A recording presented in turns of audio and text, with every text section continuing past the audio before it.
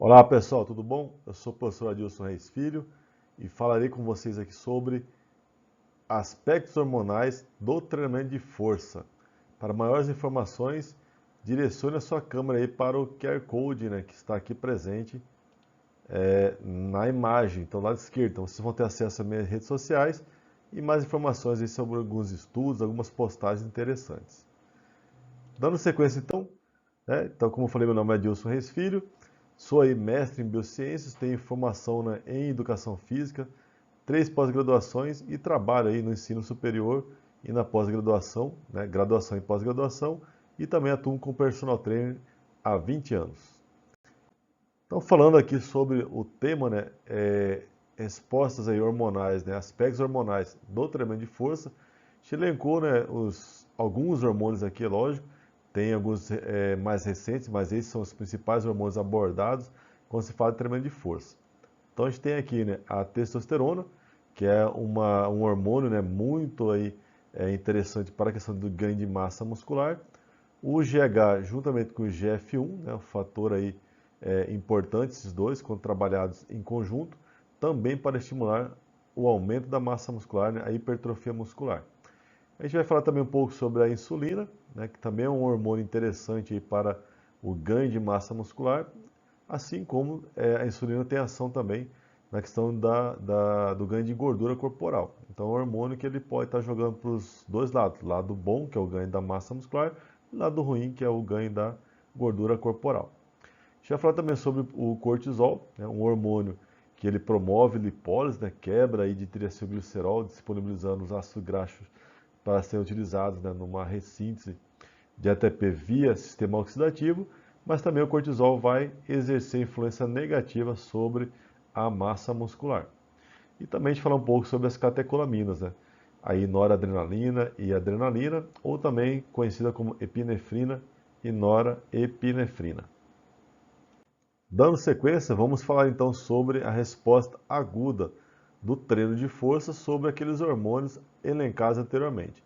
E posteriormente, quando a gente for falar da resposta crônica, estaremos então direcionando sobre o treinamento de força. Então, treino, resposta aguda, treinamento, resposta crônica. Vamos iniciar então falando aqui sobre o efeito agudo, do treino de força sobre a testosterona nos homens. Então a gente pode ver aqui, pelos estudos de 2005 e 2010, eles apresentam aqui em geral, que a testosterona total circulante e a testosterona livre, elas vão estar aumentando de maneira imediata, logo após a sessão de treino. Tá? Mas um treino que com uma intensidade alta, uma intensidade pesada lá. Então, no caso, esses autores aqui, eles verificaram que 10 séries de 10 repetições com 70% de um RM ou 20 séries, de uma repetição com 100% de um RM, em homens, houve um aumento ali agudo, logo após a sessão de treino.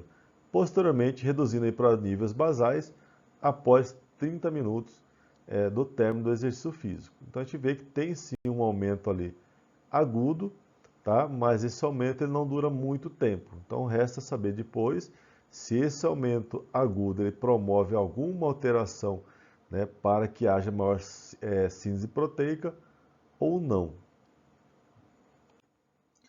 Bem, então esses mesmos autores verificaram, que esse aumento da testosterona de forma aguda em homens, tá? Ela depende aí, ou seja, a magnitude desse aumento depende de alguns itens, em relação aqui ao treinamento. Então, a maior influência do aumento da testosterona, se durante a seleção aqui do programa de treinamento, de treino, de sessão de treino, houver uma intensidade alta, número de séries ali relativamente altos também, ou seja, um maior volume de treino, tá? E a escolha do exercício. Exercícios então multiarticulares parece exercer maior influência no aumento da testosterona do que exercícios monoarticulares. Ordem do exercício e duração do descanso.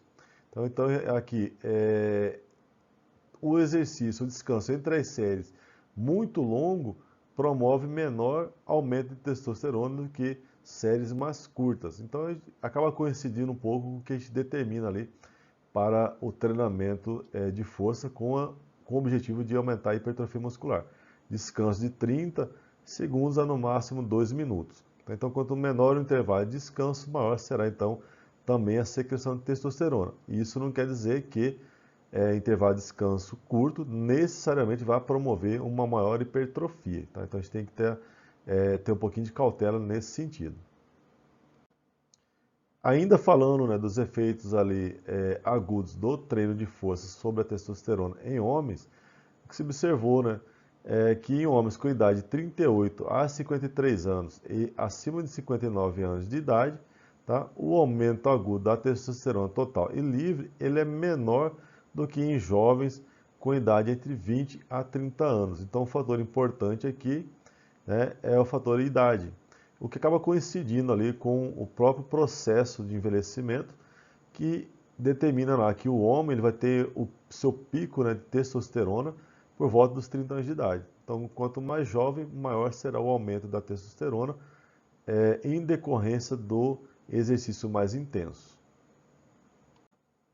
Já em relação às mulheres, os estudos são poucos conclusivos, quando se observa aqui então o efeito agudo, né, do treino de força sobre a testosterona.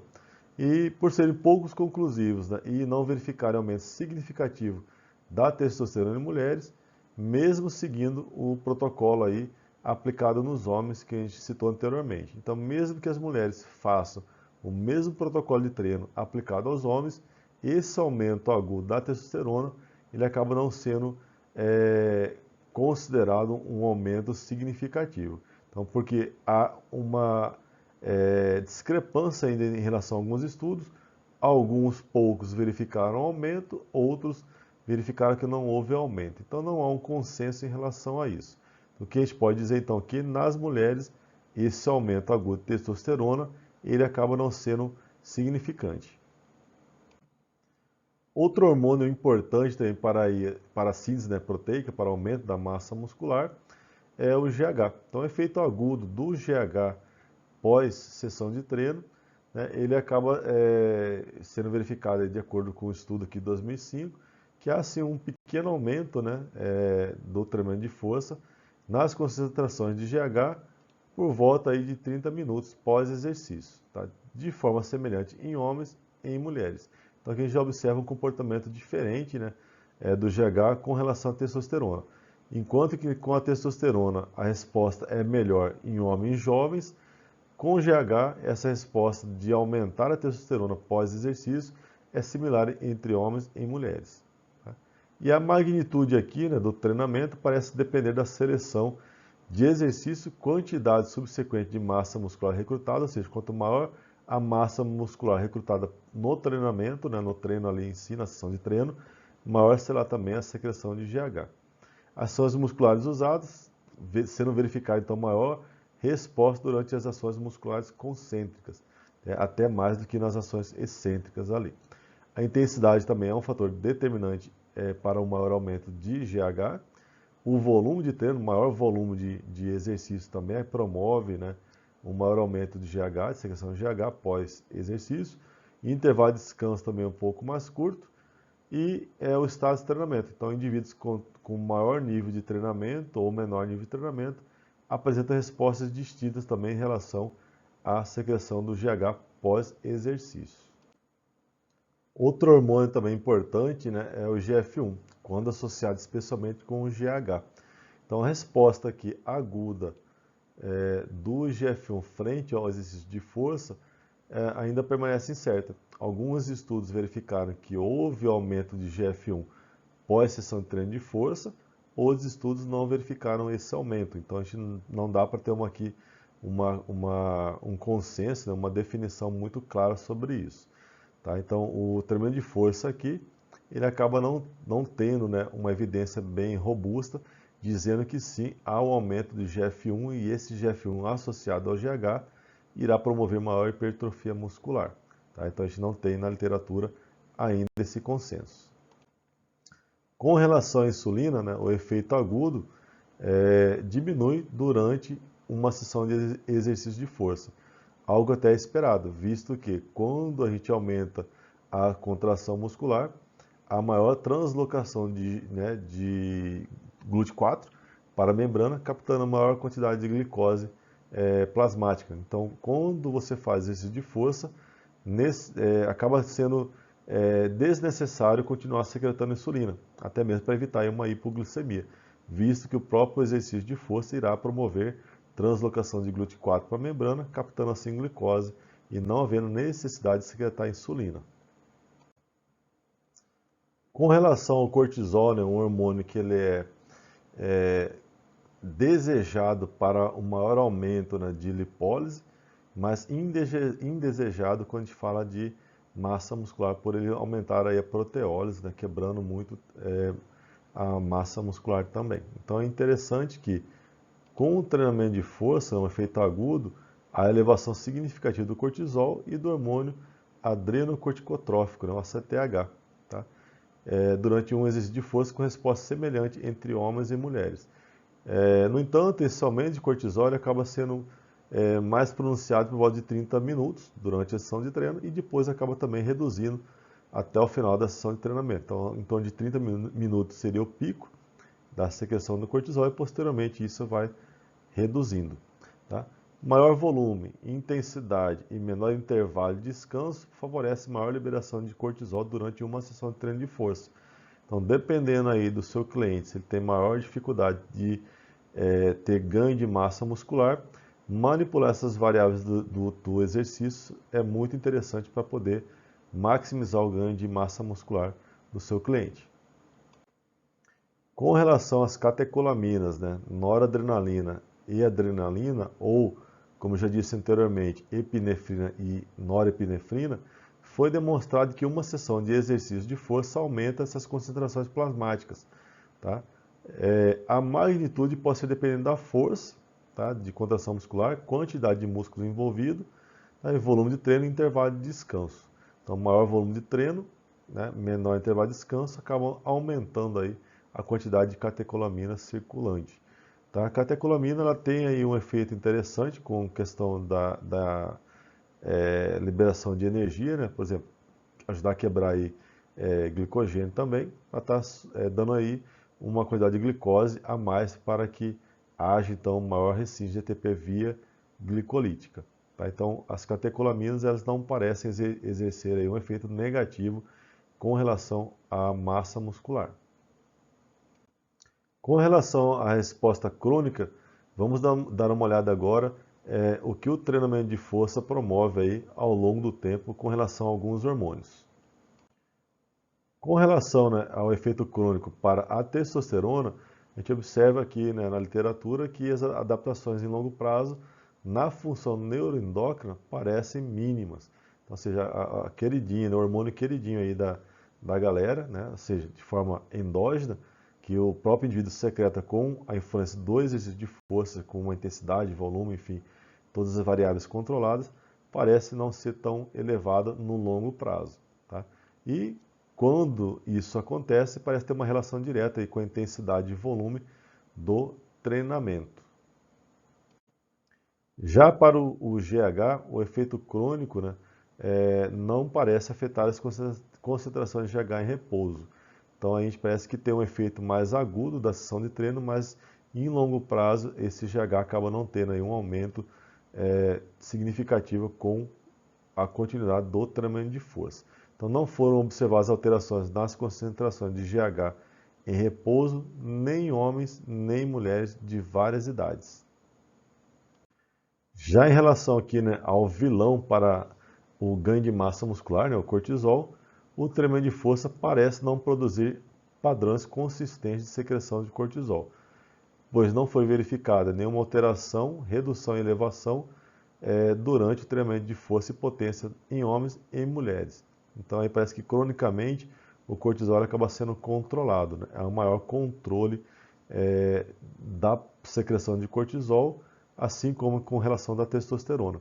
Então uma coisa importante se observar é essa relação testosterona-cortisol, ou também chamada relação TC. Então se essa relação TC está favorável mais à testosterona, há maior probabilidade de se aumentar a massa muscular. Se essa relação TC está mais propensa para o cortisol, esse ganho de massa muscular fica um pouco mais prejudicado. Com relação, né, a IGF-1, insulina e catecolaminas, os estudos aí demonstram que não há evidência significativa, né, para esses três hormônios. Então não há aumento de IGF-1, insulina e catecolaminas, né, em longo prazo. Então o treinamento de força parece exercer um papel mais de forma aguda, mas que depois há um certo controle em longo prazo desses três hormônios, não afetando nem positivamente nem negativamente o ganho de massa muscular. Qual é a mensagem então que vocês devem levar para casa dessa palestra? Então, para se obter os melhores resultados, né, com o treinamento de força, seja para a hipertrofia muscular ou seja para o aumento, né, da força muscular, alguns aspectos devem ser observados, como por exemplo, ajustar a intensidade do treino, ajustar o volume de treino, ajustar o intervalo de descanso, né, na sessão de treino, ajustar a frequência semanal. 2 estímulos na semana para cada grupo muscular parece ser o suficiente para a maior parte das pessoas. Aqueles indivíduos com maior experiência de treinamento, parece que 3 vezes na semana de treino para cada grupo muscular acaba sendo um pouco melhor. Ajustar também a ingestão de proteína e carboidrato, proteína macronutriente, né, construtor, e o carboidrato aí para estar auxiliando aí nesse processo de hipertrofia muscular, mas especialmente na questão da energia para a sessão de treino, visto aí que o treinamento de força usa bastante também a via glicolítica. E por fim, né, mas não menos importante, também ajustar as horas de sono. Então o sono é extremamente importante para uma recuperação do tecido e para a promoção também aí da hipertrofia muscular. Deixo aqui então o meu muito obrigado e disponibilizo aqui então, né, reforço o convite para acessar o QR Code e aí me acompanhar nas redes sociais. E se quiserem receber os artigos que eu disponibilizei aqui nesse curso, nessa palestra, me chamem no direct aí no Instagram, que eu encaminho para vocês sem menor problema. Um grande abraço, até mais.